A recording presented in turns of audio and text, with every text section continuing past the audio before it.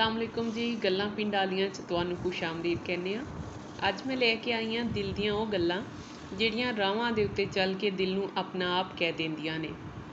मैं अक्सर सोचदी होन्नी हाँ कि जे रावां बोल सकदियां होण वो की कहानियां सुणांदियां होणगियां।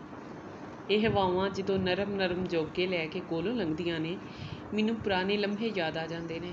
ਹਰ ਦਰਖਤ ਦੇ ਸਾਏ ਵਿੱਚ, ਹਰ ਮੋੜ ਉੱਤੇ ਕੋਈ ਨਾ ਕੋਈ ਯਾਦ ਛੁਪੀ ਬੈਠੀ ਹੈ।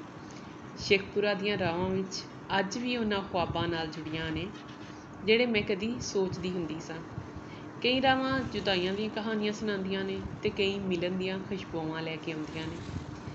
ਜ਼ਿੰਦਗੀ ਦੀ ਅਸਲ ਖੂਬਸੂਰਤੀ ਇਹ ਵੇ ਕਿ ਹਰ ਸੜਕ, ਹਰ ਮੰਜ਼ਰ ਸਾਡੇ ਅੰਦਰ ਦੇ ਜਜ਼ਬਾਤ ਨੂੰ ਆਇਨਾ ਬਣਾ ਦਿੰਦਾ ਹੈ ਅਤੇ ਜਦੋਂ ਦਿਲ ਥੋੜ੍ਹਾ ਉਦਾਸ ਹੋਵੇ, ਇਹ ਸਫ਼ਰ ਯਾਦ ਕਰਾ ਦਿੰਦਾ ਹੈ ਕਿ ਹਰ ਹਿਜਰ ਤੋਂ ਬਾਅਦ ਇੱਕ ਮਿਲਣ ਜ਼ਰੂਰ ਹੁੰਦਾ ਹੈ। ਰਾਵਾਂ ਖਾਮੋਸ਼ ਨਹੀਂ, ਪਰ ਸੁਣਨ ਵਾਲੇ ਦੇ ਨਾਲ ਗੱਲਾਂ ਜ਼ਰੂਰ ਕਰ ਜਾਂਦੀਆਂ ਨੇ।